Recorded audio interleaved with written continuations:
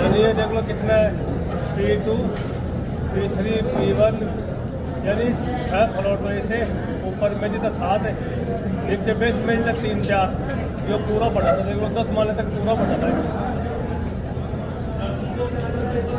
सदका कर देता है मुलाजमों में। हाँ वो निकालता अपना सुभान। पैसा वाला है। तो बर्मा से भी इधर कोई लोग आके रह रहे हैं? हाँ? बर्मा से कोई लोग इधर आके रह रहे हैं?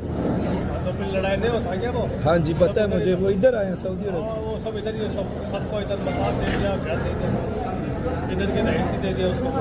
तो ये जो इसका मालिक कर रहा है सारा कुछ, इस बिल्डिंग का, वर्करों को भी देता है सबको? सबको हम 50,000 है।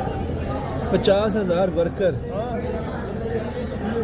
क्या बात है। ये सफाई वाले कम से कम भी 20,000 तो सफाई वाले इधर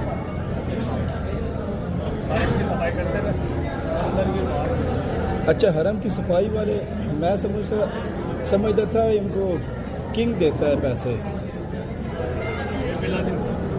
बिन लादेन कंपनी देती है इसकी, यानी बिन लादेन का ग्रुप होता है, ये 52 भाई थे मतलब, तो यानी बिन लादेन का 52 ग्रुप होता है।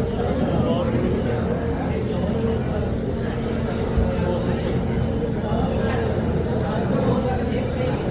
तो आप क्या कह रहे थे, दाढ़ी वालों को ज़्यादा पैसे देता है?